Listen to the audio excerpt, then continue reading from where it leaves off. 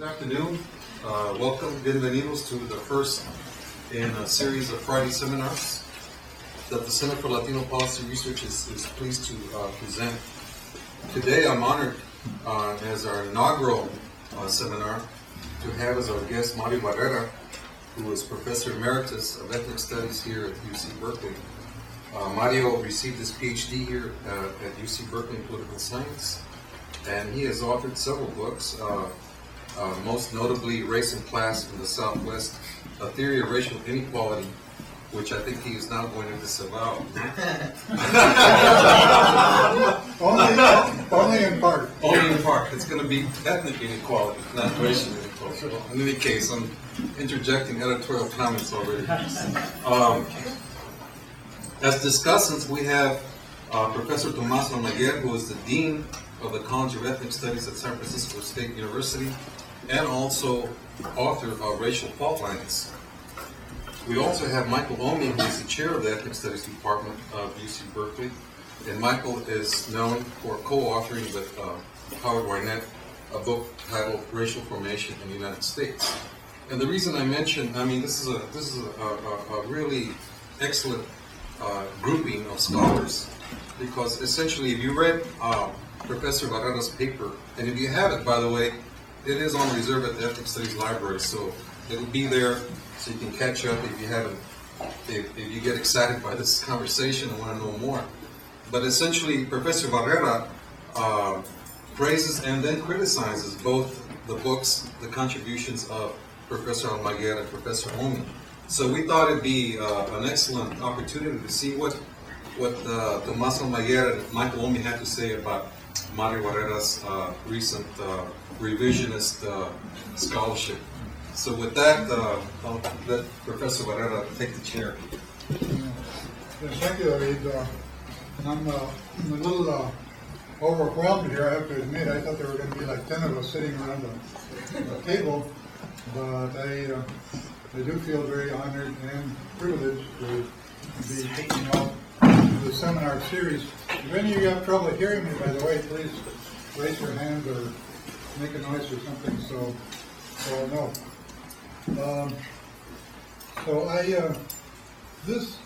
The comments that I want to make here are based on the paper that David referred to, and how many of you, by the way, have read the paper or here today?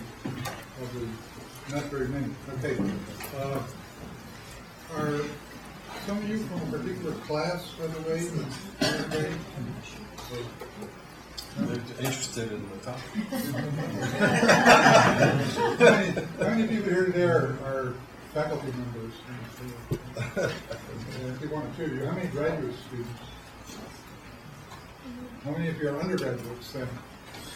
Okay, most of you. So I'm going to make, the topic I'm addressing here and related topics, some of us have been debating literally for decades. Like Tomas and I go way back in this discussion, David, Michael also. So we have a certain history and a set of shared concepts, which I realize some of you are not as familiar with. So I'm going to try to fill in some of the details so that give you a little context.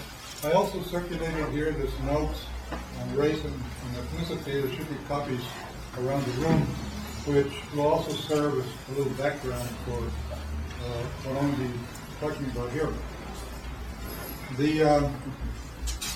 The origins of this paper originally came about because the term racialization has become so popular in recent years.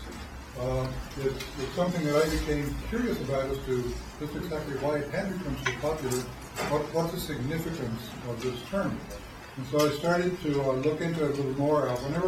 Whenever a concept becomes really popular, I start to become very suspicious of it. I think there must be something wrong with it. So, sure enough, the more I looked into it, the more dissatisfied I became with the concept, not just the concept of racialization, but the root concept behind it, that is the concept of race. So what I'm doing here is really critiquing the idea of racialization, but the critique is really aimed at being something broader. It's not just a critique of racialization, it's really a critique of the entire race-based dialogue or discourse that we have in this country. And that discourse really permeates all aspects of public life and pretty much university life too. It's not just the term racialization or the term race or all the other terms related to that, like racial and racial formation and so forth. So really my critique is intended to encompass all of these different manifestations, because a lot of my dissatisfaction is actually with the concept of race itself. And for that reason, on this sheet that I passed out here, I started off with what I consider to be what you might call the classic concept of race as it existed in the 19th century and the early 20th century. And one of the things that becomes apparent when you start studying the history of the concept of race is that race, is not always meant what it means today. It meant a whole bunch of different things historically, and as I mentioned here, at one time, if you go back far enough, the term race tended to be applied more to what we might consider to be like a national group or an ethnic group. And it really wasn't until the 19th century that it started to take on the biological kind of connotations that are still associated with the term today. And it was really in the period sort of from, I would say, the 1850s to the 1930s, or really the period of World War II, that you might say is the classic period of the concept of race and the classic period of racism. What could truly be described as racism in the Western world. Since that time, the concept has gone through some other changes, and I think our dialogue, our discourse hasn't really caught up totally with those changes that have gone on. So these are the things that I listed as being what characterized the idea of race as it existed during this last historical period. And the reason I think that this is particularly significant is because after this concept of race was discredited intellectually, scientifically, there really has not been another concept of race to take its place. Not any coherent sort of concept of race that has taken the place of that. So these are the aspects that I listed here as being what characterized race during that time period. The idea that you could take all of humanity and you could break it up into certain more or less discrete groups, and that those groups were not just different, you might say, biologically, somatically, phenotypically, but that they were also different in terms of their moral and mental qualities. And in fact, if the concept had only meant physical differences, it never would have been of particular interest to anybody except, a few kind of crackpot intellectuals that existed at that time, the so-called scientific races. But the idea that you could take humanity and you could break it down into these different groups, and that those groups had different mental and moral qualities, that is, level of intelligence, degree of industry, you might say, the capacity for self-government or democracy, honesty, type of sexuality. I mean, people really felt that you could take humanity, break it down into the different groups, and you would be saying something about all those attributes of human beings, and that was integral to the idea of race as it developed during this period. Thirdly, people tended to take these groups with these different attributes and they would rank them hierarchically. They'd say, okay, pretty much, it's not universal, but pretty much general. And certain groups were at the top, and other groups were at the bottom, other groups in between, and inevitably the person that was doing the classifying, and by the way, hardly anybody agreed on the exact classification. Some people had 3 races, some people had 4, some people had 10, some people had 20, but nevertheless, whoever was doing the classifying, usually the race that they thought they belonged to was put at the top, and then everybody else kind of graded down from there. So then the fourth characteristic is that all of these qualities were really seen as being innate to the particular group. And I really want to focus on this because to me, this is really the key to racial thinking, is the idea that these mental and moral qualities are innate. And, in other words, they were not something that were instilled by parents to their children, through a learning process. Rather, it was something that was just automatically passed on. Some people would, think of that as being kind of like a genetic kind of thing. Other people were not necessarily thinking genetically because, the science of genetics actually didn't really develop until like the late 19th, early 20th century. But nevertheless, they felt that somehow, these traits got passed on automatically to succeeding generations. So, what I'm proposing here, I wrote a proposal and suggestion, I propose that we really shrink the discourse of race in the United States. And in some other countries, it's already shrunken quite a bit by comparison to the United States. The United States is one of the places around the world where you'll most find a discussion of race, the terminology and discourse of race taking place. So what I'm suggesting is that a lot of what we talk about as race is not really race in the sense of the classic, racial concept of the 19th and 20th century. Instead, it's really something else.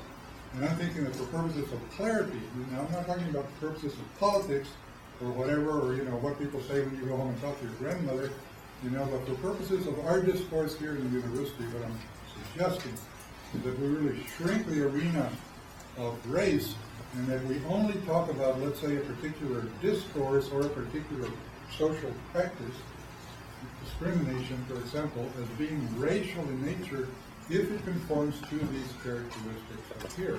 And if it doesn't, my feeling is that the essence of it is really captured a lot better with other terminology, particularly the terminology around ethnicity, concept of ethnicity, which has been developed particularly since 1969, beginning with a book by Frederick Barth, Ethnic Groups and Boundaries.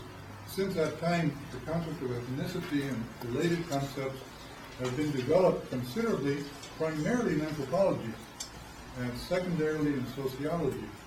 But I find it ironic, I teach in the Department of Ethnic Studies at Berkeley. Most of the time, we don't talk about ethnicity in ethnic studies. We talk about race, and I've always found that ironic, and I've kind of tried to argue against that over the years, but really to no avail. I think the discourse of race is so ingrained in the society at large and in the university in particular, that it's very difficult to convince people that perhaps we should suggest different kinds of discourse. So that, at any rate, is kind of, in a nutshell, really what the thrust of my presentation is, and of course developed a lot further in my paper, so I urge any of you that are interested to read the paper.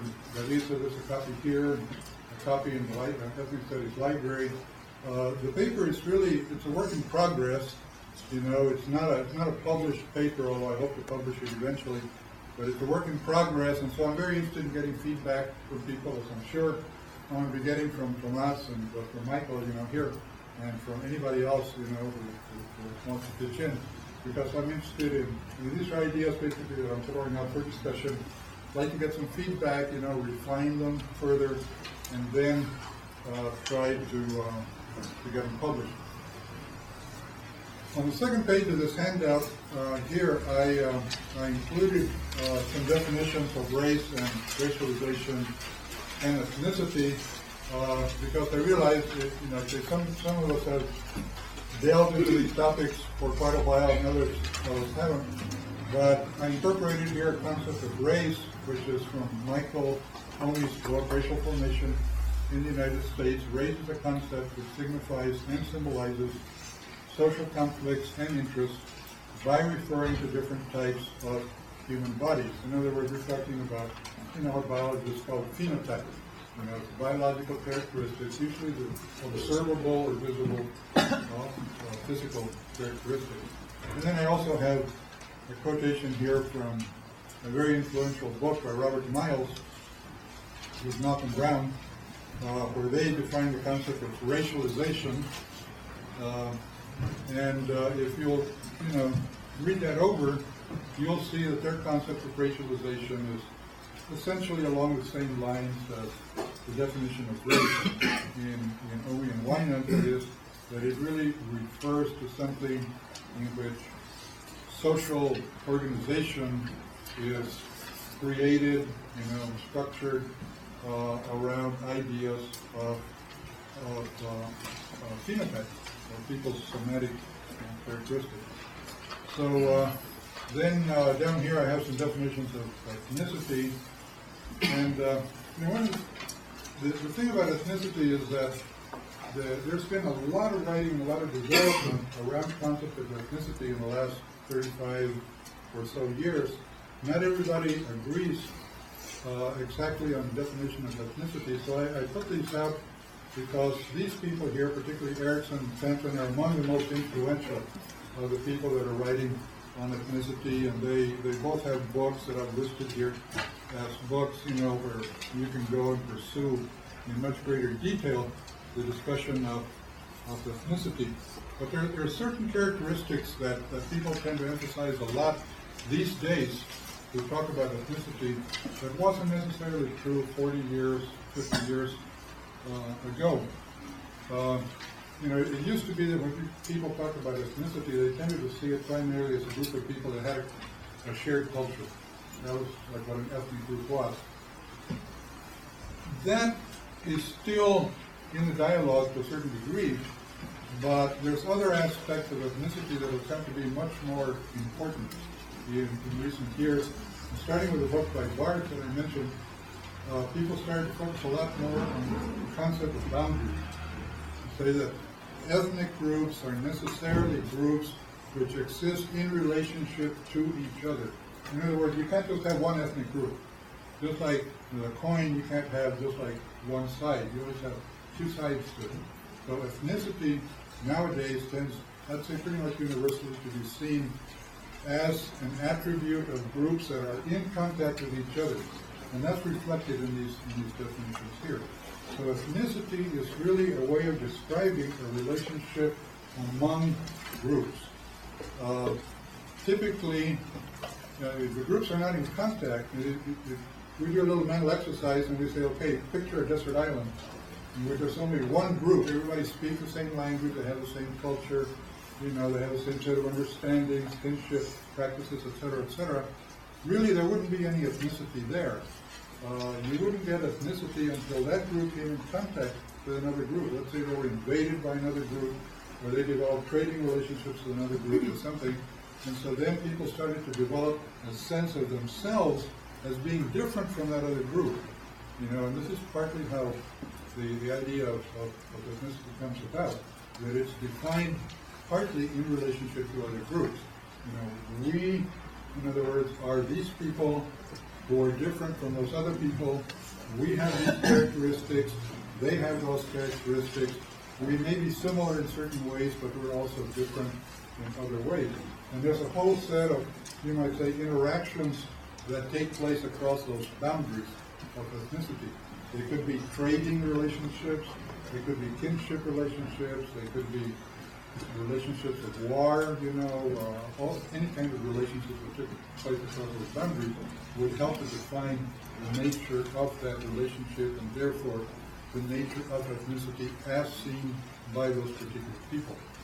So ethnicity is partly a question of how the group views itself, partly a question of how it views other people, and of course also partly a function of how it thinks other people are thinking about it. So it's a complicated, process, and ethnic relations therefore tend to be complicated in nature. And like I said, there's been a whole development of the concept of ethnicity. People have started to subdivide the concepts that we have, various related concepts like pan-ethnicity and situational ethnicity and symbolic ethnicity and so forth and so on, but a lot of that really takes us beyond the level of what we're doing here. The way that I proceeded in my paper, and I'm going to just comment very briefly on this so that we can get to the comments and the dialogue here. What I did is I kind of approached the topic, are Latinos a racialized minority historically? And what I did is I focused a lot around a sociologist that used to teach here at Berkeley, Robert Blauner, and Blauner retired some years ago. He's still here in the area, but he is doing somewhat, he's not doing the same kind of theoretical stuff now that he used to do. But his work was very influential. Michael, you were a student of Robert Blauner's, and Tomas, you were a student of Robert Blauner's, right? I was here on campus, but I was in a different department. I was in political science rather than sociology, so for good or bad, you know, I was not a student of Robert Blauner's. Nevertheless, I was very heavily influenced by him, because once I started teaching in 1970, Blauner's ideas were just kind of coming out at that time, and they were being picked up by people all over, a lot of Latinos. In fact, I know Tomas is one of the people who really popularized Blauner's ideas to other Latino intellectuals. And so, you know, people started to take Blauner's ideas and incorporate them into their own writing. So what I did is I went back to Blauner to see, go back to the source, you know, you might say, and say, you know, Blauner conceived of Latinos as being a racial group. You know, he used the conceptual framework of race to talk about Latinos. He was responding to another book by Nathan Glazer and Daniel Patrick Moynihan that had come out just shortly before that in the 1960s called Ethnicity. And he was really reacting against the way that these other guys used the concept of ethnicity. So he pretty much reacted against the concept of ethnicity as applied to Latinos, the blacks, the Native Americans, the Asian Americans, and instead, you know, used a racial kind of framework in order to analyze the status of these groups in American society. And that, like I said, that influenced a lot of people. You know, my book, which came out in 1979, was called Race and Class in the Southwest, you know, and a lot of it really drew upon Blauner's ideas, particularly the ideas of internal colonialism. All of us, I would say, fair to say, you know, really pretty much influenced by those ideas. But in going back then, what I did is I took a look at Blauner, I took a look at what he was responding to, and then I took a look at how his ideas got carried over into my work, into Michael's work, into Tomas's work, and into other people's work as well. And it seemed to me that there were some good things that came out of that, but that there were also some bad things that came out of it, and I became very critical about the way in which he used concepts of race to refer to these groups like Latinos. And it seemed to me, and Blauner, you know, he was writing just at the time that this book by Frederick Barth on ethnic boundaries came out in 1969. And he was not really aware of that discourse as far as I can tell. It certainly doesn't show up in his writings. And so it's like the whole discussion of ethnicity was going off in a different direction, which I think Blauner was not really in touch with at that time. And so he went off in this other direction and influenced a lot of the rest of us to incorporate, you know, to think in terms of race when we're thinking about these different minority groups in American society. And that was very fateful, you might say, kind of turn, because I think a lot of the dialogue since then is still today very heavily influenced by Blauner and the way in which he conceptualized these relationships in American society. Going back now, you know, what I'm doing here is not just critiquing Blauner, I'm also critiquing myself, you know, the ideas that I used in my 1979 book, and I also wound up just criticizing Agalomi's work to the extent that it draws from the same tradition into Tomas Almaguera's work to the extent it draws from the same tradition. So it's really good that they could be here to respond, to this. Tomas has given me some comments already, so we've already had some dialogue, about this. But to my disappointment, it was a very agreeable discussion. I was really hoping I was really hoping that we could have kind of like a sharper exchange, maybe we will today. But at any rate, I'd like to conclude on that point. Well, I think we're fortunate to have. We're going to hear now the discussion that you have had already, Tomas. Would you please share your comments with us? Yeah. First of all, let me begin by thanking you, David, and the others for the kind invitation to come and get an opportunity to continue a conversation with Mario, which actually goes back 33 years in counting, the time that we started discussing and debating. And he's right, it was more like a debate. I was a graduate student, and Mario was a tenured professor at the time, and so it was part of this tension and stuff. And it was actually a very respectful dialogue. But I'm very, very well aware of Mario's tough-mindedness, and if you read the article, he says that he's ready to defend his position, and he is ready to defend his position. So I'm going to take another tack, as I've learned as I've aged, to do an end run and do a sleight of hand, and still be able to get the digs in that I enjoy. The paper's title, are Latinos a racialized minority? I keep thinking, this must have been an essay question on a tutorial exam in ethnic studies. And so, one that looks like it has a very obvious answer, but it's really a trick question. And so I approached this, well, of course we're racialized minorities. What are you thinking? But then it became quite clear in reading Mario's paper that he was doing a very, as he always does, a very thoughtful, very tough-minded assessment of some really core categories: ethnicity, race, nationality, and trying to help us make sense, or prodding us to kind of reassess how we think of those categories and their relationships to one another. And so what I want to do is, rather than critique the paper or be defensive in terms of Mario's comments on my work, I want to try to do the sleight of hand by kind of restating how I actually think about these categories. And then there's something where I'm wrong, Mario, I'm sure you will. But as I think about, and because Mario's focus is clearly the ambiguous status or the problematic status of Latinos, and Mario approaches this principally from a Chicano perspective, I think, but as you look at Latinos in a broader pan-ethnic way, I think the issue becomes more complicated, and I'll try to indicate how. But let me begin by just saying that it seems to me rather straightforward that there is one thing that is absolutely distinctive and unique about the Latino population in relationship to, say, African Americans, whites, Asian Pacific Americans, and Native Americans. The latter four, blacks, whites, Asians, Native Americans, are in fact defined as a racial group. As problematic as those designations are, they are mapped certainly on the census and the way the government thinks about populations in this country as racial groups. Latinos are not.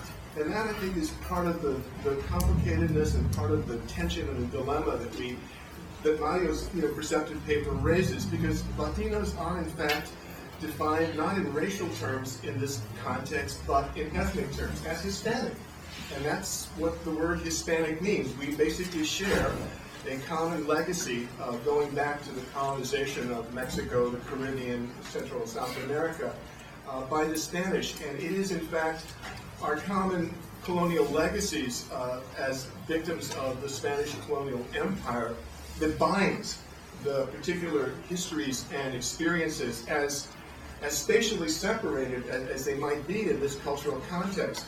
Chicanos, Puerto Ricans, Cubans, Dominicans, Central Americans, South Americans, and I would add Filipinos. Because one of the things that we all share in common is that we have different mamas, but we have the same daddy, and that is the Spaniard. And that is what we have in common, fundamentally. In fact, I would argue, from a Chicano perspective, we have far more in common with the Japanese and the Filipinos than we do with Cubans and Puerto Ricans.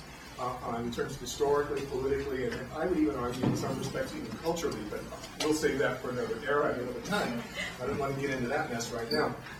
But one of the things that that is so unique about the Latino population in the U.S. is that it is fundamentally ethnically defined. And the reason they do that is because we don't fit into the cultural logic of racial mapping in this country. Why? Because as part of the colonial empire of Spain, what is distinctive about Latinos is that we are, in fact, fundamentally multiracial. Latinos are white, they're black, they're Asian, and they're certainly largely of Indian ancestry. And of course, the mapping of Latinos in these multiracial terms, as well as multi-ethnic terms, owes its origins, of course, to that colonial empire. And I won't belabor this, but clearly that history in Mexico and the Caribbean and South America was the broad-scale intermarriage between the Spanish, the Indian, the African slave, and the Asian population that was brought in. And clearly, as you look in various parts of the homelands of the Latino population, Mexico, fundamentally mestizo, fundamentally Spanish and Indian. The African presence was there, and there certainly are pockets, but it wasn't as pronounced. Certainly not as pronounced as it was in the Caribbean, where the Indian population was decimated. So everywhere in the Latino context, you have a gradated and hierarchically inflected racial category and racial structure in which clearly always the Spanish were at the very top. And then it gets refracted differently. In Cuba, it is mulattoes in the middle class or in the middle stratum, and then blacks. In Puerto Rico, it is trigueños or wheat-colored, brown-colored people in the middle. And in the Dominican Republic, it's really, really crazy because they use the intermediate category to be Indio, and of course there are no Indians in the Dominican Republic, and Indios are really the Dominicans themselves, and those people that are black are actually the Haitians from the adjacent part of the island. So you have a very curious, a very bizarre racial hierarchy that is part of this colonial legacy that in fact leads to our being defined fundamentally as a multiracial group in this particular cultural context. That became so apparent to me when I fled Berkeley. I can't remember when that was. In the 90s, I went to the University of Michigan and encountered Puerto Ricans and Cubans for the first time in my kind of adult career. And there were three of us, three Latino professors. There was Tomas Almaguera, mestizo Chicano. There was my dear colleague Sylvia Pedraza, who was so crazy as hell. White Cuban woman. And then there was Eduardo Bonilla Silva, a black Puerto Rican, and it was weird, One of us was white, one of us was black, and the other was just kind of a mongrel, and that was me. And so it became very, very clear that the way I used to think about race, certainly from a Chicano perspective, was completely problematic. And even now, if you look at the Latino population, I've done this in an article, I didn't have the good sense to bring it, but Latinos do in fact define themselves not only in ethnic terms, when we cross off that box on the census, but also in racial terms. And clearly there are white, the white Cuban exile community unambiguously will define themselves as white. Certainly the Marielitos will be defined as black, and certainly the Puerto Rican population. There are, of course, Latinos that are of Asian ancestry, and you can look in Peru, you can look in Cuba, there's Chinos Cubanos, and in Mexico. And of course, the Indian presence is quite pronounced, and I always refer to the Aztec dancers in Mecha are the Indians among the Chicano population here, so to speak. That's a tongue-in-cheek. It was a historical joke. About the threat to come to Aztec dancer. You're not Aztec? You're not the stuff from the Aztecs? Actually, it was my team. Sure, I got that ancestry. Anyway, so let me just cut this short here. So what I'm actually trying to suggest is that Mario is on the right path, because he has, in fact, put his finger on what is, in fact, distinctive about Latinos. That is the complex kind of ethnic, nationality configurations that define who and what we are. But I think it would probably be a mistake to jettison, as quickly as Mario would want us to, the notion of race. Why? Because it factors so centrally in our colonial legacies and in our historical experiences in Cuba, the Caribbean, and elsewhere in the Americas. And these categories are remapped once we come into this country in such a way that that we can't think of Latinos as a racialized minority in the same way as we think of blacks and others, because we are in fact ethnically defined and multiracial.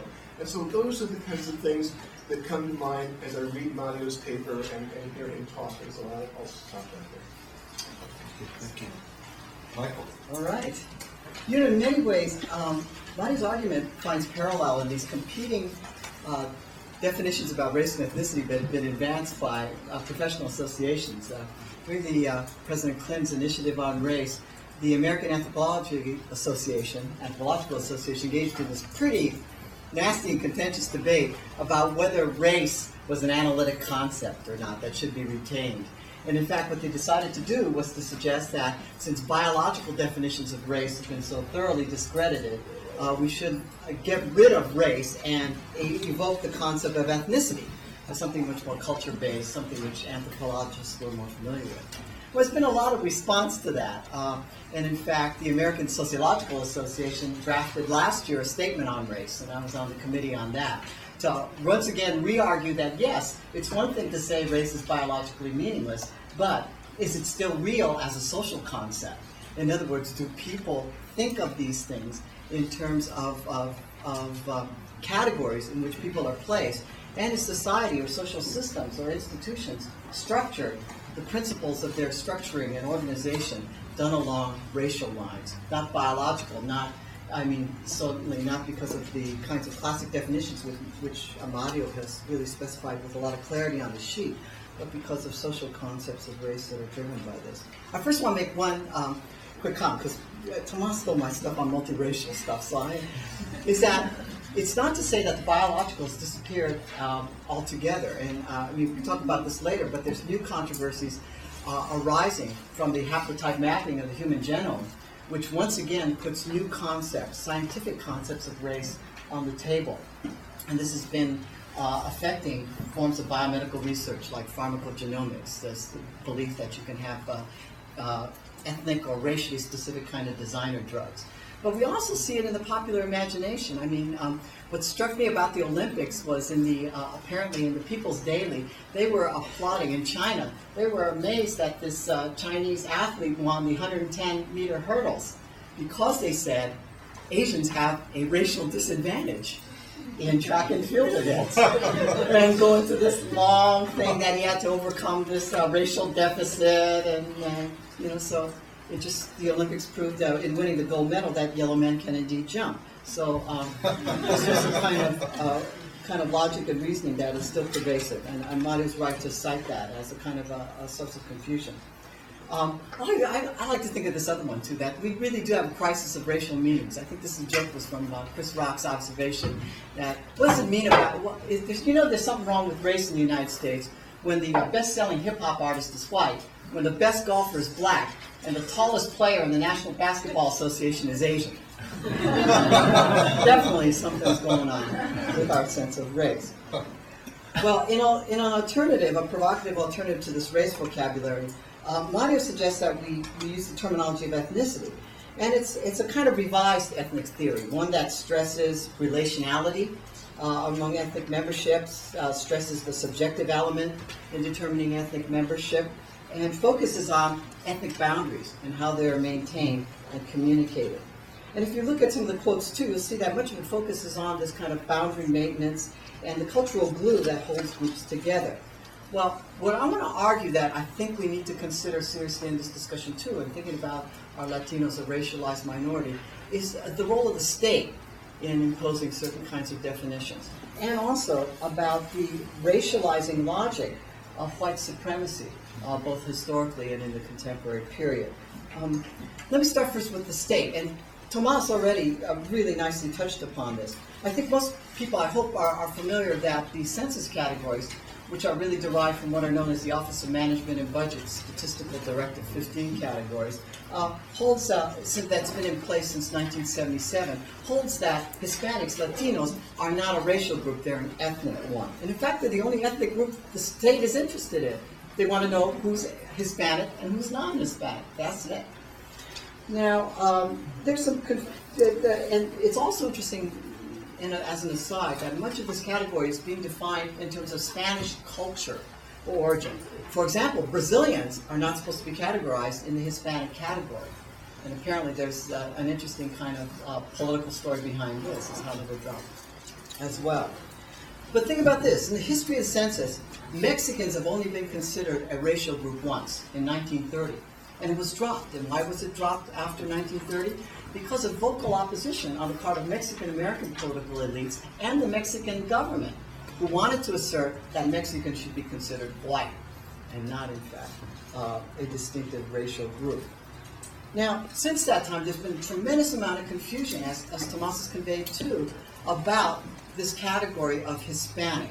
And I think what's striking to me is that it's the realization that in 1980 census, in the 1990 census, and in the 2000 census, it's estimated that over 40% of Latinos filled out the census wrong.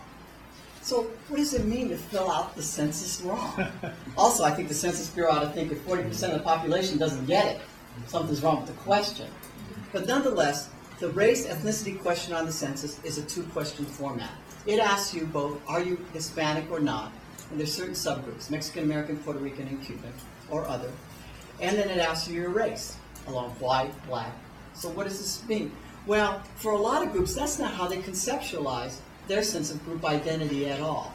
This is particularly true of immigrant populations who come from a country organized around one set of racial or ethnic meanings, comes to the United States. You got to learn what race is about in the United States. Clara Rodriguez, who studied Puerto Ricans on the East Coast, said it took like 5 years for some of her respondents to figure out what the racial categories were in the United States and place themselves accordingly. Dark-skinned people as black, light-skinned people as white. Interestingly, though, if you want to notice that 48% in those same years, almost 50% of Hispanics checked off they were white. 40% didn't answer that question, and many of them checked off other race. And in fact, the Census Bureau thinks that 95% of those who checked other race in the census were in fact Latino. There's been attempts to sort of racialize the Latino-Hispanic category. I mean, make it a racial one, not an ethnic one. But as some people have argued, it would distort certain trend lines because there are different social economic profiles between those who would identify as being black Latino as opposed to those who would be white Latino. So I think one thing we have to take seriously is the way the state imposes these kinds of definitions and the kind of logic, racializing or otherwise, that is employed in sort of looking at this. The other is that, there's a lot of other stuff which Tomas covered around the kind of multiracial thing as well. Mario says that one of the key advantages of substituting an ethnic discourse for a racial one, this is at the very end of his paper, is that, quote, it facilitates the critique of ethnocentrism and ethnic chauvinism by more precisely locating the sources of prejudice and discriminatory practices. I think an issue for us, that's an open question, obviously, is whether or not ethnocentrism and ethnic chauvinism as a source of discrimination, or whether the issue is a broader one about these stratifying principles that are either based on some broader social concepts of race or ethnicity. I, for one, don't want to get rid of race. Obviously, I'm going to argue this, because I think that there could be an argument made that in its relationship to the state, that Latinos have been highly racialized in distinct and very different ways, but really subject to structural racism in the schools, in the labor market, and with respect to the criminal justice system, as well as other institutional sites. It's not based so much on a hard and fast biological definition, but it's based on a certain kind of conception, certain kinds of ways in which groups are distinguished, and inequitable practices assumed are sort of flow from that in some ways. The other thing I'm worried about is that the movement moving away from the language of race to that of ethnicity kind of ironically parallels a lot of conservative political moves to somehow get beyond race and establish a colorblind society. I mean, I'm certainly not accusing Mario of that at all, but I think there's a danger of making that kind of move. And we've seen a lot of critiques from the left of the race concept, by Paul Gilroy, among others, to jettison this. And I happen to think that in many ways, it leads to strange political bedfellows.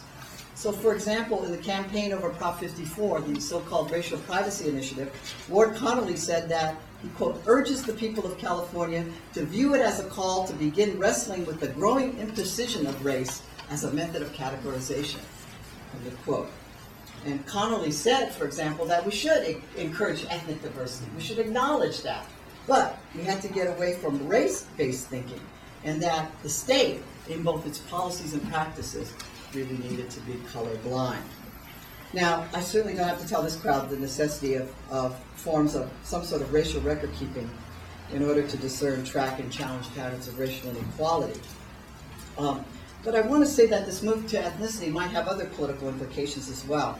Peter Scarry, in a book, The Mexican Americans, The Ambivalent Minority, says that Chicanos face a choice.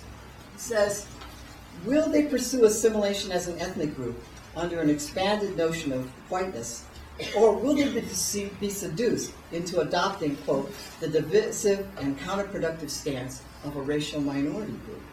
Well, obviously we know where Scarry stands up on that. But in many ways, what I want to argue too is that it isn't solely the group's call.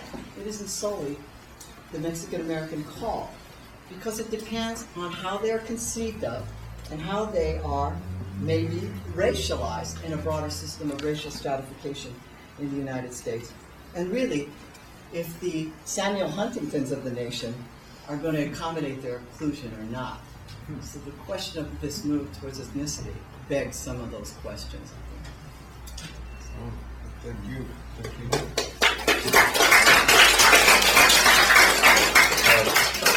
Marty, do you want to respond briefly before I open it up? Well, I'd like to clarify a couple of points. One is that,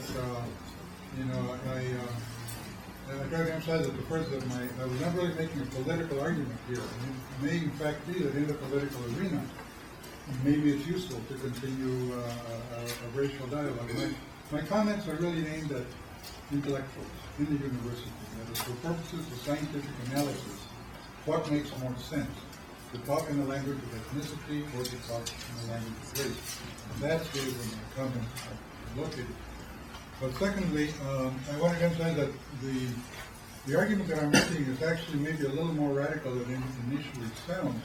And this is taken out from what you were saying, Tomas, that I'm not just arguing that we shouldn't think of Latinos as a racial or racialized minority. I don't think we should think of anybody that way. That is, I don't think blacks are a racial group. I don't think whites are a racial group. I don't think anybody's a racial group, because I think the term race is not useful. And if we take a look at the history of terms like white and black, for example, I think that comes into perspective a little more. Because the term white, for example, started to be used in the United States around 1680. During that time period, long before anybody started to think of human beings in biological terms. There's no way that people in the U.S. in 1680 could have been thinking in racial terms when they used the word white. Racial in this sense, the classic racial sense. They had to be thinking along ethnic lines. And if you take a look at that dialogues in that time, I think it becomes apparent they were thinking along ethnic lines. They were saying white people are the people that are descended from Europeans, especially Western Europeans and Northern Europeans. So they used the word white, but that wasn't really the key thing. It really wasn't the color of their skin. Because they probably would not have considered, for example, an Arab to be white, in that sense. It's really a descent question. Who are you descended from? If you were descended from Europeans, then you were white. If you were descended from Africans, at least in the short run, you were black. So even though those terms sound like the classifications being done on phenotype, I think historically it could not have been, because people weren't thinking along those lines back then. And there's a lot of books that will back up that argument. Could you say back then, when you say back then, which centuries, which years? 1680, 1700, So for you, racism emerged when? No, I'd say the terms white emerged during that time in the United States. When did white become a racial category in time? It became a racial category, I think, in the 19th century. And then it stopped being a racial category, but I think we haven't fully, that's not fully reflected in a dialogue. So it's really, even though I titled my paper for various reasons, the Latinos, a racialized minority, I'm not really just arguing about Latinos and so forth. I'm really trying to recast the whole discussion about groups, in the U.S. and in other societies, and saying it makes more sense to think in ethnic terms rather than racial terms. Number one, because it's more accurate scientifically. But number two, because, and I didn't really elaborate before and I won't now, I think the ethnic framework raises a lot of interesting research questions that are not raised when we talk in racial terms. I think ethnicity paradigms are much more conducive to raising interesting research questions and much broader research questions than race. I could easily take another 10 minutes myself and respond to you, but I don't want to do that. I want to open it up. I mean, one of the problems I have is, in spite of,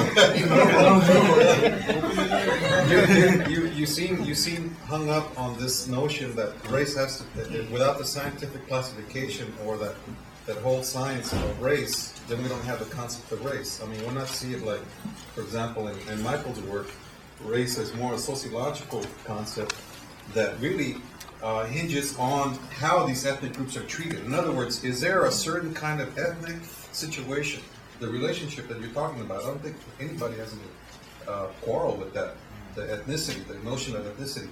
Is there a certain kind of ethnic situation that is so qualitatively different that it can be called a racial situation? For example, slavery. You know, just take that, you know? Doesn't that lead to, isn't this a qualitatively different kind of ethnic situation than say, the Irish experience in the Northeast? I mean, I would think so. And that's what we call race. And yet, when slavery developed in the United States, people did not justify it on the basis of race. Because people weren't thinking. In fact, they didn't justify it at all. Because they didn't have to. They had the power to impose it, and they did. The concept of the idea of using race to justify slavery didn't come about until the 19th century. And I think you can verify that perspective. Yes. Yes, I would like to respond because I read the paper, Mario, and first of all, I want to say and acknowledge that I really, you probably don't like your book anymore, but I love your book. So, I just want to say that, and I hope you reprint it many times in the future, and you don't stop, giving permission to UT to continue publishing this book. Anyway, I think that, first of all, when you say that, I was asking about the issue of timing. You're putting racism in the 19th century. In fact, when you go back to 1492, Jews and Arabs are expelled from Spain in the name of purity of blood. Okay? When the Europeans arrived to the Americas, they conceptualized the Indians. They used the word Indian because they thought they were in India. Okay? And so they invented this category, this colonial category called Indian, to call everybody in the Americas and to place them in a certain racial hierarchy. And in 1552, there is a famous debate between the Las Casas and Sepúlveda about, are the Indians humans or are they animals? This is a racial debate in the mid-16th century. I think you're reading too much British literature.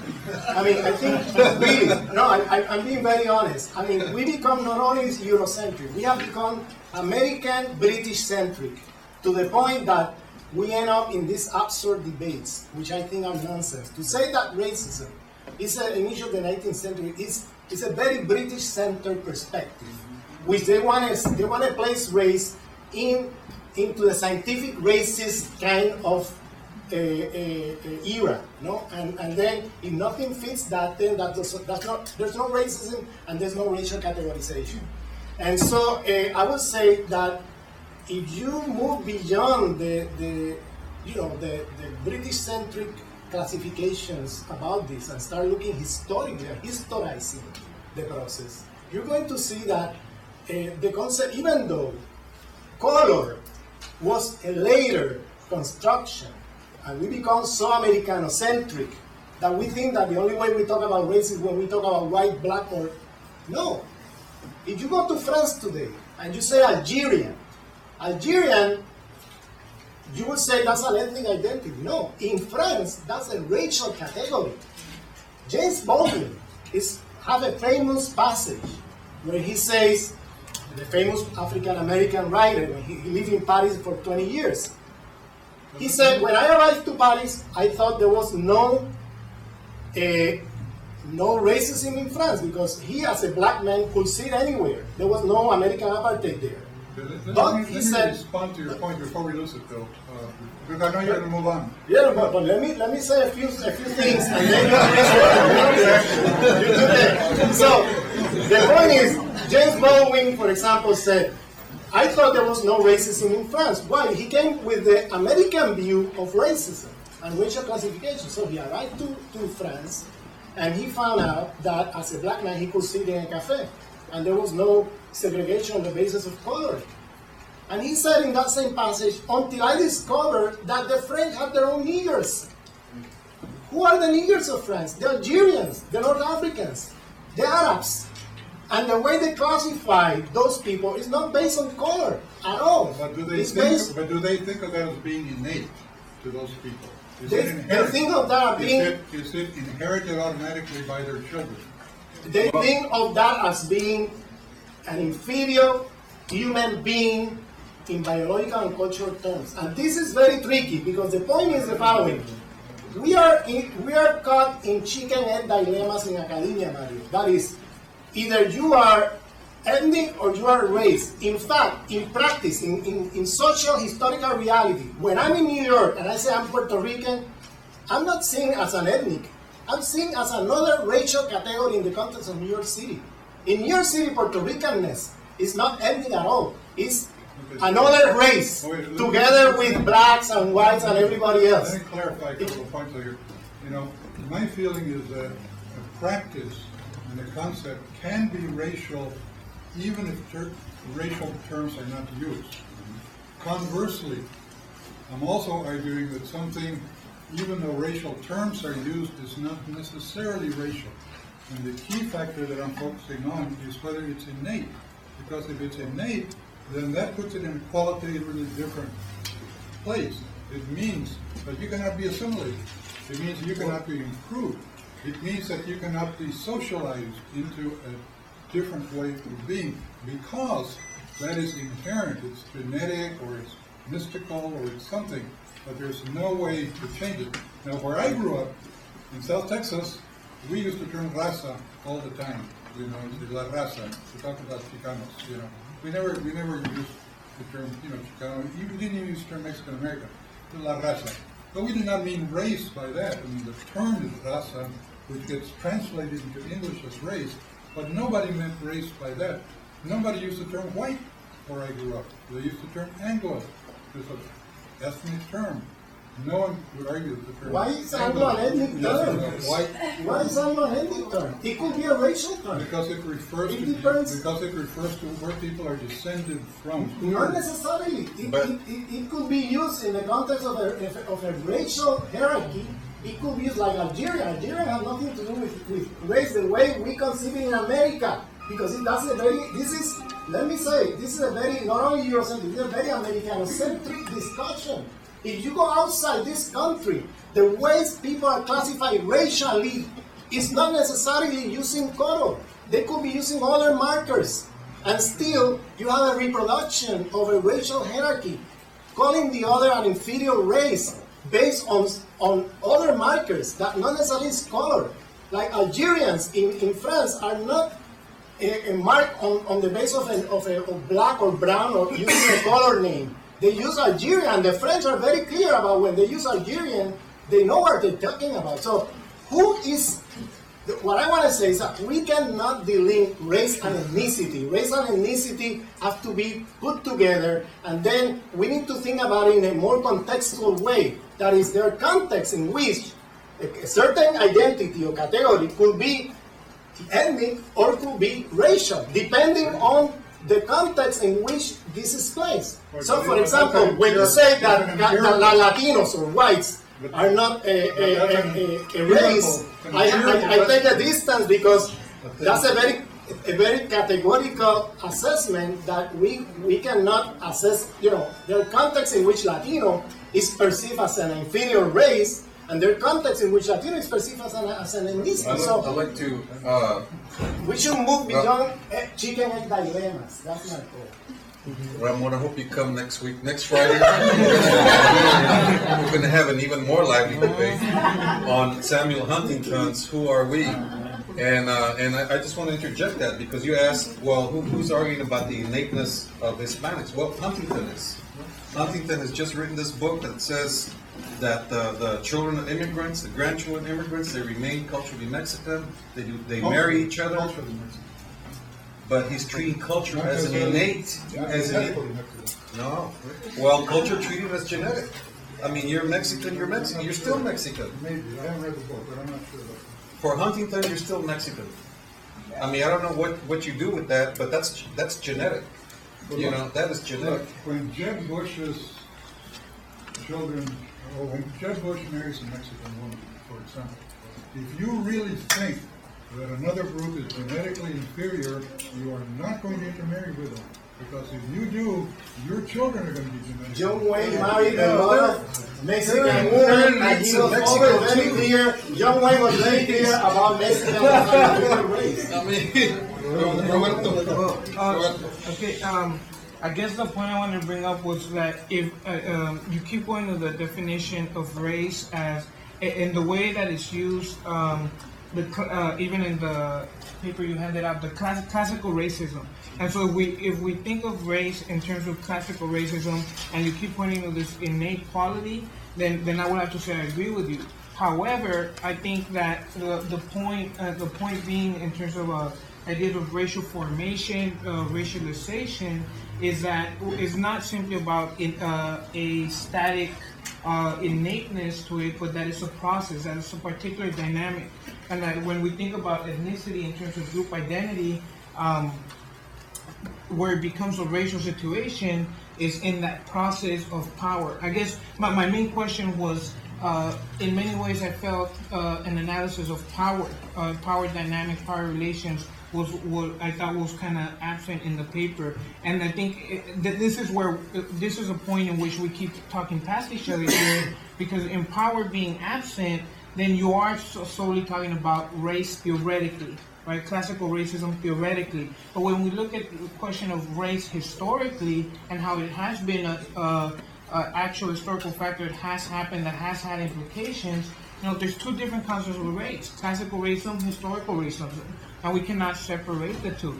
Theoretical racism, true, we could theorize it away, as I think is your goal in this paper. But in terms of historical racism, we're still left with the actual legacy, the implications, the consequences of this history, and that's why I think it is necessary to then not theorize this one away, but keep them together with an analysis of power. Well, what strikes me is when I look at the comparative literature in other countries, there is nothing that has been done in this country in the name of race that has not been done in other countries in the name of culture or ethnicity or descent. And there's nothing qualitatively different that I have seen in the historical experience of minority groups in this country that you cannot see. I mean, you go to Rwanda, you go to Ethiopia, you go to South Africa, you go wherever you want, Yugoslavia, I mean, Iraq today. The discussion there is not in terms of race, it's in terms of culture, descent, boundaries, essentially ethnicity.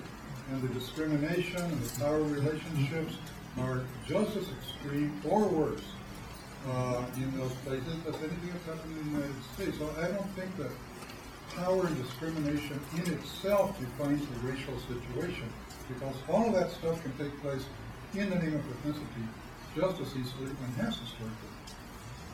I guess the point I was trying to make is that if we understand race to be a social construction, and I think this is related to the point Professor Almaguera was trying to make, that if we understand it as a social construction, the way it is constructed here is necessarily could potentially be constructed differently elsewhere. So I guess we're thinking of race in terms of the U.S., but I mean over there it may not be the same markers again, but nonetheless there's a particular, let's not even use the word ethnic or racial, but there's a particular dynamic there a dynamic of power that distinguishes it from the relationship of ethnicity, which tends to be a much more watered down dynamic. I mean, you don't have that, I think. I don't think so. Let me get any other questions over here or comments? For Professor Barrera, yes, question right there. So I think that one of the tools that theorists have devised is essentialism, right? They've named this operating mechanism. Now, it's what I believe our compañero there is indicating when he says that culture, right, race, ethnicity, all these different things have been constructed by various groups in essentialist ways.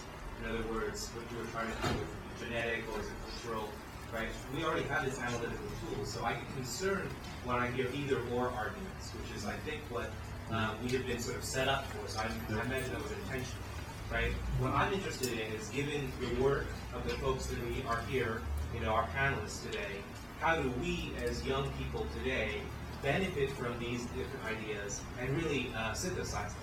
Really create a synergy that can get us to a place where we retain the histories, scientific, intellectual traditions of ethnicity, and of our understanding of race as racial formation, and then get to a place that can better alleviate human misery and smash white supremacy. Yeah. Bob? There seems to be also, in terms of what you mentioned, the use of ethnicity or race at the intellectual level, at least as intellectual activists in the academy looking at race. And I think,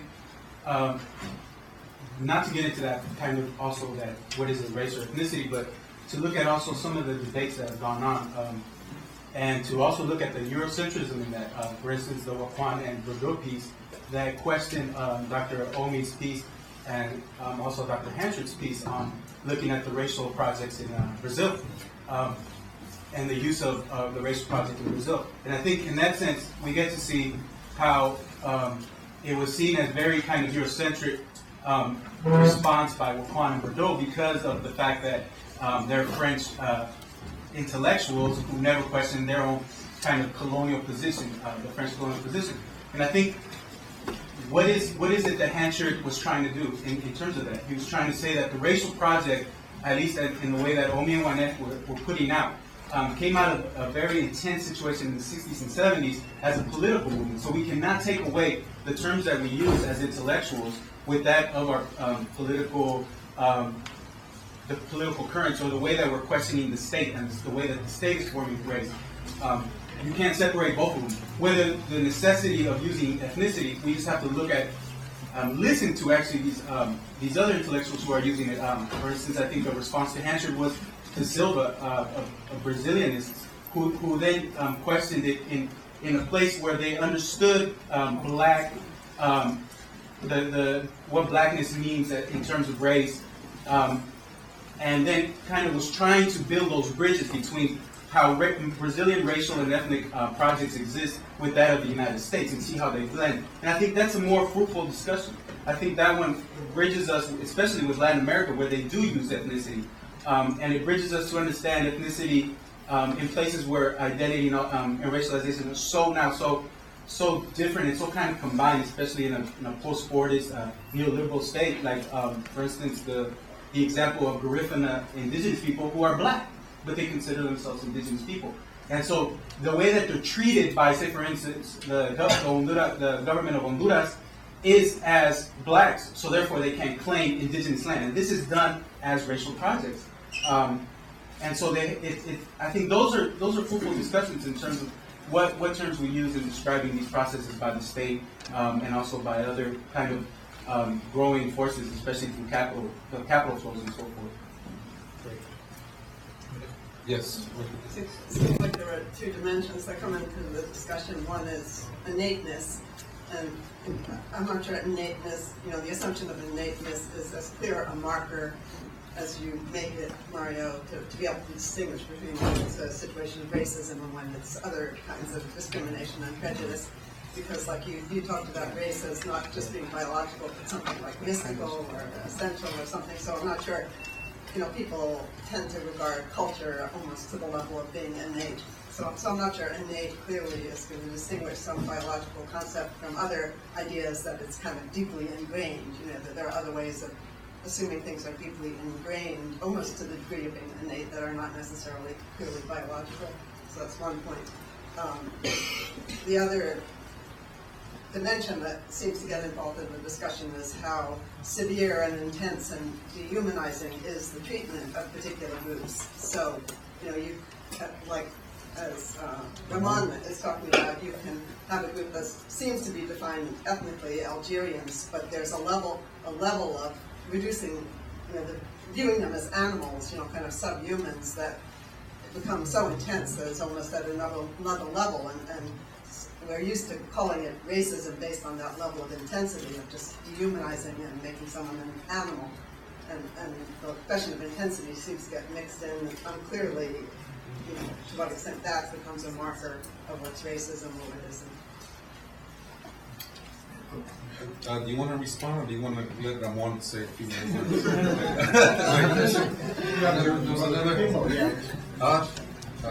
¿Querías decir? A couple of things. I am a little bit intrigued by two binaries which appear in your presentation when you just said. The first one is the race or ethnicity, and the other one is the political realm and the academic realm, in your response to Professor Omi's comments. And I wonder if the reason why in politics it is, or it may be necessary to use the term, the vocabulary around race, is indeed precisely because there are, to begin with, many residual practices, or many practices out there defined as racial logics, still operating embedded in different discourses, but with particular kind of outcomes, which could be called racial. So, and if that is so, perhaps that calls the academic world then to account for the complexity of how those racist attitudes and practices have survived explicit racist discourse and have been inscribed in other practices and other forms of discourses and even practices and the like. And perhaps it's a call to different social sciences and the humanities to detect how racist practices have survived beyond racist discourse. And even when people say that they are not being racist and they can recite you the code of political correctness, still their behavior defy their creed.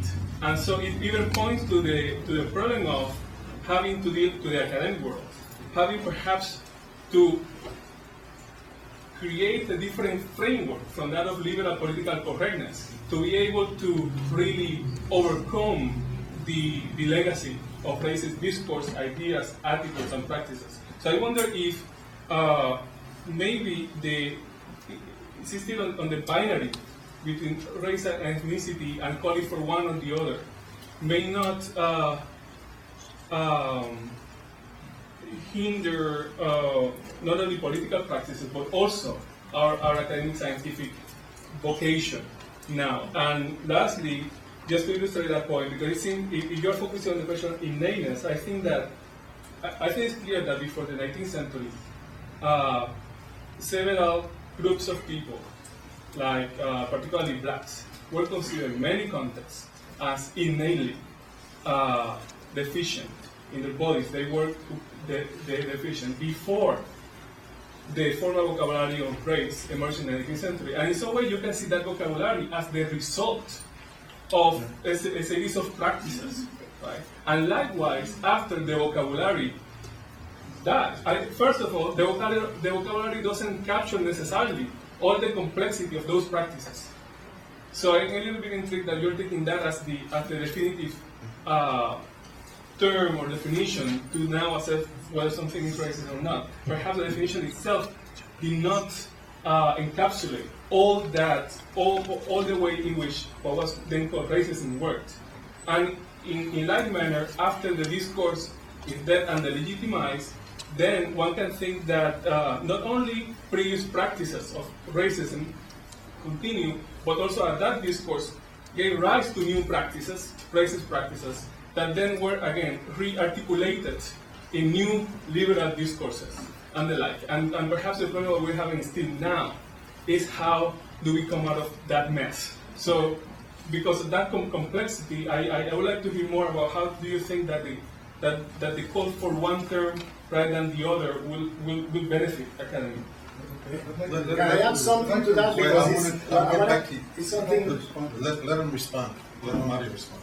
Okay, let me try to clarify that point. If you take a look at, I listed these 4 things that I thought were characteristics of race, here. That humankind should be broken down into relatively distinct groups that are things. That is not particularly distinctive. There's lots of ideologies that break people down into different groups. Secondly, the races are characterized by various mental and moral qualities. There's nothing particularly distinctive about that either. That happens all over the world in all kinds of different names. The third one is that these attributes are generally ranked hierarchically. Again, there's nothing distinctive there. All ethnic hierarchies, range people from top to bottom and so forth. The only thing that really stands out as being distinctive to racial thinking is the question of whether these things are innate or not. That's the reason that I focused on that, because it's distinctive and peculiar to racial thinking. Now, the reason that I focus on that period of 19th century to World War II is that since that time, there is no coherent concept of race that has emerged. And I challenge any of you that doubt that to come up with one. I mean, is there anyone here that thinks that they can come up with a coherent definition of race that will hold up analytically the way that, for example, these concepts of ethnicity will hold up analytically? I have been looking at the literature now for probably a couple of decades. I have not found anything that I would consider to be, a succeeding definition of race that would succeed this 19th, early 20th century definition. Everything else, when people use the term race and so forth, it seems to me is in fact not race in that sense, it's really ethnicity. Why have 2 terms? I think it's very confusing to have 2 terms to refer to the same thing. I'm trying to make an analytic distinction and say, okay, if there's anything distinctive about race, it's the innateness. Ethnicity is a more general framework. It's used in more countries around the world, and it can be a unifying kind of framework, which is much clearer and more accurate scientifically, and at the same time locates the source of discrimination much more accurately in the present day world, even though that might not have been true. Okay, just a point of clarification, and getting in response to Nelson's question. Are you saying that the notion of race, you cannot use the notion of race until it came into being in the 19th century with scientific racism? That's what you're saying? No, I'm saying that that's when this notion of race crystallized. Right. But before that... Because before that, people did not think of human beings primarily as biological. And I think Ramon is right, that you can find isolated instances here and there. Isolated? Oh my God! People seem to think, but even in Latin America and Spain, those people did not win the argument. They lost the argument. Because of religion. Let me say something. You have Eric Wolf. Eric Wolf, you're familiar with his work. He's written a phenomenal book called Europe and the People Without History. And his whole argument is that the notion of race comes with the expansion of the Europeans as they basically colonized the rest of the world. The notion of blackness and Indian comes into being as a result of this European expansion over the world. I mean, and that scientific racism emerges out of that encounter. That's one source, not the only source.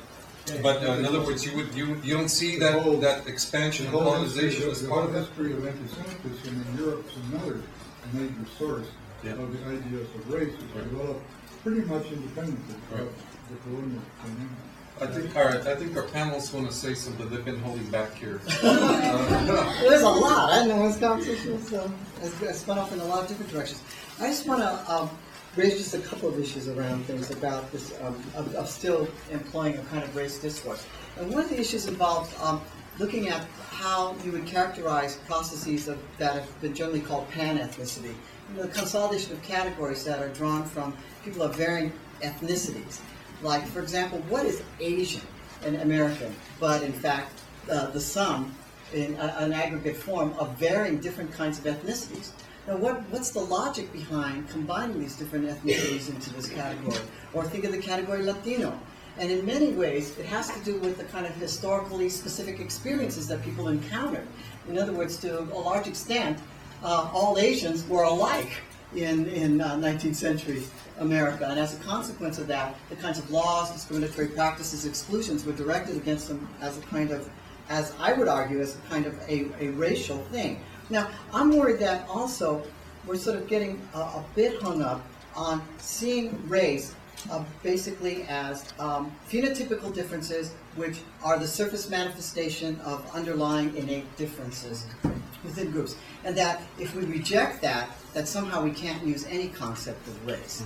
And it seems to me that you still can do that in the sense of trying to say, and this is the current debate, it's about why are there so many blacks and Latinos in our prison system, for example. I mean, some may argue, well, maybe it's because these, if you take the phenotype to genotype argument, it could be maybe they're missing a chromosome or they're prone to forms of violent They behavior. have a criminal gene. But you don't need a biological argument to look at those forms of inequality too. You could think of a constellation of other social factors to account for that. The war on drugs, disproportionate effect of crack cocaine laws, a number of issues of the structure of policing in urban areas. That I would argue it proceeds along a kind of racial dimension without having to evoke a kind of innate concept of race. And then lastly, I want to say too, well, maybe two things. One is that I think race is often used too as an organizing call by communities to challenge racism. And that it risks at times kind of essentialist notions of race. But that at various points in time, people describe themselves and evoke the term of race as a way to challenge racism. For example, in Britain, a number of groups adopted the term black, including a lot of South Asian, Asian Indian, and Pakistani organizations as black movements, as a racial way of challenging what they thought was a kind of white supremacy in England. And maybe what we need is to really think of race being a lot more slippery, not being able to precisely being defined in terms of innate qualities or innate characteristics by phenotype. But in fact, we've got numerous kinds of definitions going on about race, and how they're evoked in specific historical moments is really important to observe. I think Troy Duster made this analogy, which I thought was pretty good too. He says maybe we ought to think of race like we do water. You know, the water exists in several different states. It's a liquid. It can be hard like an ice cube, or it can evaporate like vapor, like water vapor. And his argument was that in evoking different kinds of understandings, a flexible understanding of race, may be able to account for how in certain periods there's a certain flexibility, a kind of ways in which people are able to mess with the racial boundaries. At other times it's fixed and permeable. The one-drop rule in the American South. You know, and so the kind of rigidity of the color line comes into effect then. And so I guess what I'm calling for is a rather than a simple abandonment of the concept of race because racist biology doesn't hold anymore, but in fact to see in what sort of social settings it gets evoked and the way in which race gets deployed. Okay. I would. So Vince on this side. Okay. Okay. First, I just wanted to thank the panelists. Your comments helped to kind of crystallize some of my ideas. I wanted to talk about what I see as kind of a misrecognition, and it's just kind of sprawled on the page, misrecognition of subjects who are structured by slavery. And I think this misrecognition leads to a type of misdirected analogous thinking, kind of a multicultural analogous thinking. And I think for the structure of black, and I want to talk about the structure of black versus kind of like the experience of blackness, like individual or collective, ethnicity cannot accommodate slavery. Slavery, which constitutively is depersonalization, desocialization, decivilization, decivilize, enslaved as decivilize, cannot access the capital of culture or nation to become an ethnic group.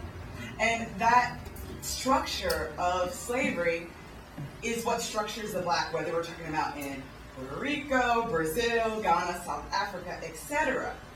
And furthermore, that blacks are constitutively a mixed group, right? And it becomes necessary to disavow slavery and the mixture of blacks in order to talk about the uniqueness of Latinos, right?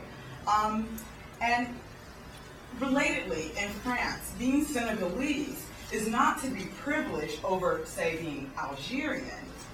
Black American artists, for instance, James Baldwin, etc., are appropriated and have particular experiences in France that are shaped by Americanness, that whitens them. So there's a type of miscegenation, a type of mulatto-ness that comes with having an American passport. But that doesn't mean that the structure or the meaning of black is different in those places. So there's this kind of like slippage between like, well, blackness means something different in Brazil, and blackness means something different in Puerto Rico.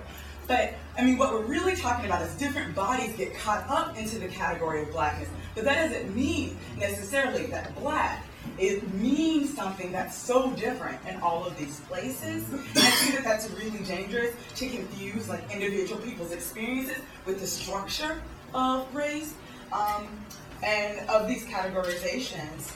And I just wanted to make that point, and just that you can't rescue a slave subject to a type of analogous thinking of ethnicity, because that's part of what being a slave is being stripped of a national category, being stripped of like cultural markers, being depersonalized, desocialized, and the process of decivilization.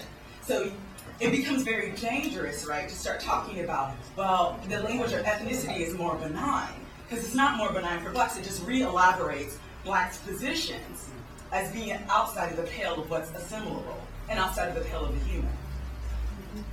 Okay, we're going to take... I hope you didn't think I was saying that ethnicity is more benign than race, because I certainly wasn't saying that. Let's take another question, and we'll draw this to a close.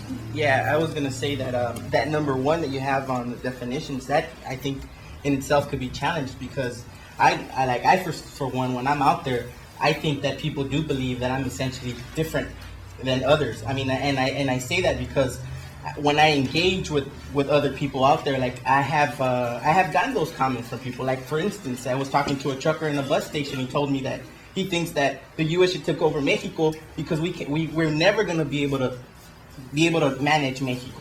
You know what I mean? So that's still in. I mean, of course, in the academy it doesn't hold up, but that doesn't mean that out in the world it's not holding up. David, can I say something? I think Robert Miles, which is the main definition that Mario takes, Robert Miles is taking a very narrow, strict definition. It's being used all over the place to then conclude that racism do not exist, because since that definition do not apply anywhere, then race and racism are things of the past that do not exist anymore. And so, for example, in issues like today, where you have a new racist discourse based on cultural racism, like some people have called it cultural racism, where biological discourses are not anymore the hegemonic forms. This kind of ethnicization of race is very dangerous, because it's leading us into the ball game of exactly the hegemonic discourses today that are articulating racist discourses without even mentioning the word race, and without even mentioning categorizing the other as a biological innate entity. Why? Because after the Nazi occupation in France and in the Netherlands, to use the word race was forbidden. So they start using ethnic. But ethnic meaning the same thing as in the past, race. After 1964 in the US with the Civil Rights Amendment, the same thing happened. You cannot use anymore the word race. It is not politically correct to discriminate against someone based on arguments about race like in the 50s. But today they use culturalist, racist arguments to do the same thing. But when they go back to their kitchens while they eat among themselves, you hear all these racist, biological reductionist arguments I will never say in public arena. So what do you do with rubber mice in a context like this? Nothing. Rubber mice is another tool in the context of the emergence of this new cultural racist discourse that is pervasive all over the world today. Okay, I want to let Tomas have a word, and then Mario will have the last word, okay? Yeah. Well, we're going to bring this to a close, folks. This is not an unending discussion, so. No, I don't want to at all step in the middle of this fray because it's just a delight to have Mario arguing with somebody else. Thank you so much for taking my place. You come on. And as I get ready to wheel myself out here in my walker, I wanted just to acknowledge the joy and the spontaneity of having a wonderful critical mass of faculty, and we'll continue this kind of dialogue of students, graduate, undergraduate students, and I keep thinking, God, these people must think it's happy hour. Wait, they have the wrong address, but no, it's a total delight, and so I just wanted to commend all of you. And thank you all for coming, because it's been totally fun. Yeah, now, by the way, where's Ida? Did you want to say something? Okay, we have calendars, folks. Do not forget. So now I just want to say thank you also. I'm really overwhelmed by the turnout here today. Well, thank you very much.